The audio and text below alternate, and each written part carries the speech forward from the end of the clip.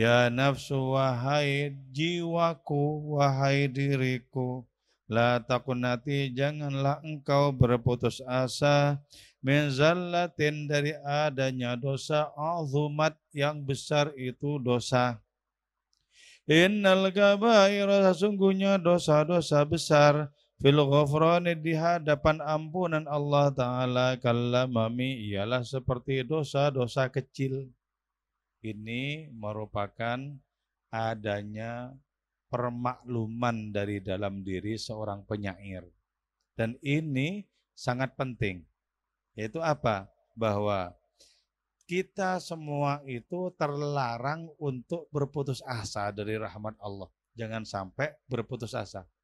Karena dosa putus asa itu sebanding dengan dosa kekufuran.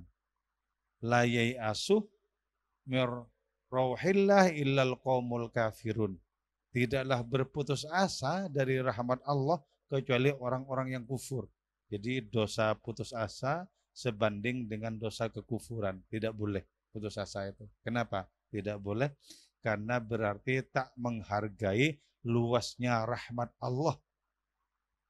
Ya, karena itu di dalam hadis itu disebutkan ada orang membunuh orang lain sebanyak 99, 100 kurang 1.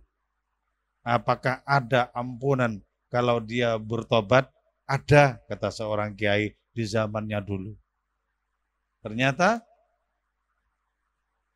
yang 99 itu sebelum pertanyaan tadi disampaikan kepada kiai yang menjawabnya ada itu disampaikan kepada kiai lain yang mengatakan tidak ada, dibunuh juga itu. Sehingga genap 100. Ketika datang kepada kiai ini bilang ada. Dengan menunjukkan bahwa engkau harus datang ke tempat tertentu di sebelah sana dan kau bertobat kepada Allah Ta'ala di sana, engkau akan diampuni dosamu.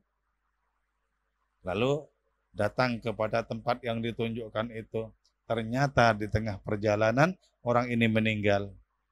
Dan terjadilah kemudian ukur-ukuran. Orang ini diukur oleh 2 malaikat. Mengukur kepada tempat yang ditunjukkan itu. Dan mengukur dari tempat kematiannya itu ke tempat berangkat. Mana yang lebih dekat? Konon ya, sebenarnya orang ini masih lebih dekat kepada tempatnya berangkat. Tapi malaikat rahmat itu kemudian menariknya agar lebih dekat kepada tempat yang ditentukan itu. Sehingga menjadi lebih dekat. Dan karena lebih dekat, maka orang ini pun dosa-dosanya membunuh 100 orang itu pun akhirnya diampuni oleh Allah Ta'ala. Jadi karena itu kita terlarang untuk berputus asa. Tidak boleh. Jadi karena itu kemudian dikatakan, ya nafsu la taknati, wahai jiwaku, wahai nafsuku, janganlah kau berputus asa. Bahkan dari dosa besar sekalipun yang sudah engkau perbuat, jangan berputus asa. Tetap lebih luas rahmatnya Allah, ampunannya Allah dibandingkan seluruh dosa yang pernah diperbuat oleh umat manusia. Seluruh dosa dikumpulkan menjadi satu, menjadi samudra dosa, menjadi gunung dosa. Tetap lebih luas ampunannya Allah Subhanahu wa Ta'ala. Jadi tetap tidak boleh berputus asa itu. Nah, di sini ada alasan yang pasti. Innal kabairah fil ghufrani kallamami. Sesungguhnya dosa-dosa besar itu di hadapan ampunan Allah sama persis seperti dosa-dosa kecil. Jadi perkara sepele sebenarnya. Kalau Allah Ta'ala mau menghendaki untuk mengampuni dosa-dosa itu, terampuni seluruh dosa itu.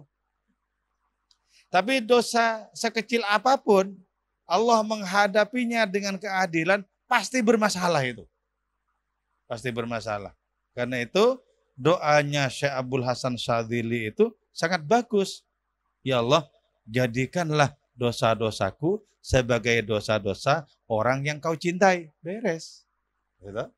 Jadi kalau kita dicintai oleh Allah Ta'ala, dosa kita banyak. Beres tetepan. Kenapa? Dicintai. Gitu. Nah, ini bentuk perlakuan Allah Ta'ala kepada salah seorang walinya, yaitu Syekh Abdul Jabbar An-Nifari. Syekh Abdul Jabbar An-Nifari itu ya memiliki 2 kitab yang berisi himpunan firman-firman Allah. Satunya berjudul Mawaqif, satunya berjudul Mukhatabat. Ini isinya adalah firman Allah kepada Nifari. Wahai Nifari begitu. Nifari kemudian bilang, qala li, Allah berfirman kepadaku, Allah berfirman kepadaku. Nah, di antara firmannya itu begini, Nifari, sesungguhnya engkau berbuat dosa sebagaimana orang lain. Atau bahkan mungkin malah dosamu lebih besar. Tapi gimana lagi? Aku sudah kadung mencintaimu, engkau mencintaiku, gitu loh. Jadi enak kalau sudah begini loh. Jadi karena itu pentingnya kita berdekatan dengan para wali itu di situ. Di situ gimana? Begini. Para wali itu adalah mahallu nadzurillah fil alam. Merupakan fokus pandangan Allah Ta'ala di alam semesta. Jadi hati para wali itu merupakan fokus pandangan Allah ke sana. Nah, kalau kita titipkan nama kita kepada seorang wali dan nama kita di-saving di dalam hatinya itu, beres. Kenapa? Karena ketika menyaksikan hatinya itu menemukan nama kita tertulis di situ. Jadi itu pentingnya kita berdekatan dengan para wali. Dan para wali itu adalah perahu-perahu di dalam kehidupan ini. Jadi betapa sangat penting kita itu untuk tidak berputus asa. Pandanglah dosa-dosa besar itu sama persis seperti dosa-dosa kecil yang hilang dengan kita berwudu, yang hilang dengan ampunan Allah Ta'ala. Nah, adanya pemahaman seperti ini sangat penting menjelang kita wafat, sangat penting. Jadi menjelang kita akan meninggalkan alam dunia yang sementara ini, yang perlu kita kembangkan, kedepankan itu adalah apa? Harapan kepada Allah Ta'ala untuk mengampuni dosa-dosanya. Jadi katakanlah, walaupun dosa-dosaku besar, tetap lebih besar ampunanmu ya Allah. Walaupun dosa-dosaku menggunung, tetap lebih tinggi ampunanmu. Walaupun dosa-dosaku mensamudra, tetap lebih luas ampunanmu. Jadi harus begitu. Itu lebih penting. Lebih penting. Nah, beda dengan misalnya saat sekarang. Kalau sekarang ya, itu harus imbang atau lebih banyak kekhawatirannya.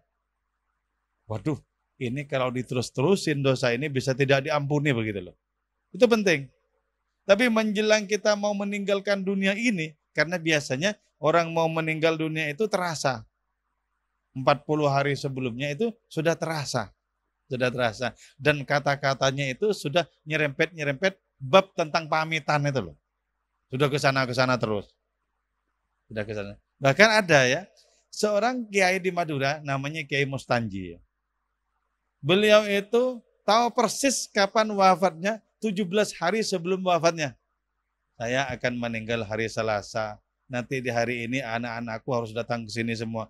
Di saat itu, di hari Selasa, tanggal 17 itu masih sehat walafiat loh ketika ngomong begitu. Masih sehat walafiat. Ternyata ketika anak-anaknya datang itu, mereka banyak yang kecewa. Kenapa? Ayahku sehat. Ternyata ketika ditunggu sebentar, betul-betul wafat di hari itu juga. Ini enak ya. Jadi pengetahuan kita tentang kita akan kapan akan meninggalkan dunia ini, itu sangat penting loh. Sangat penting. Apalagi seperti Syekh Husain bin Mansur Al-Hallaj. 5 tahun sebelum wafatnya sudah tahu persis. Apa kata beliau? Tapi kok masih lama ya. Jadi sudah diharap jauh-jauh hari itu ternyata oleh Syekh Husain bin Mansur Al-Hallaj itu. Beliau enggak takut yang gantungan, sama sekali tidak. Ketika ditanya oleh salah seorang temannya, Syekh Abu Bakar Shibli, apa itu tasawuf? Tasawuf adalah apa yang kau lihat nanti di tiang gantungan sana. Itu paling rendahnya tasawuf. Hebat. Hebat. Oke ya, jangan pernah kita berputus asa. Apakah kita menemukan diri kita sebagai orang yang paling bangsat sekalipun, jangan pernah berputus asa. Hargailah luasnya rahmat Allah Subhanahu wa ta'ala.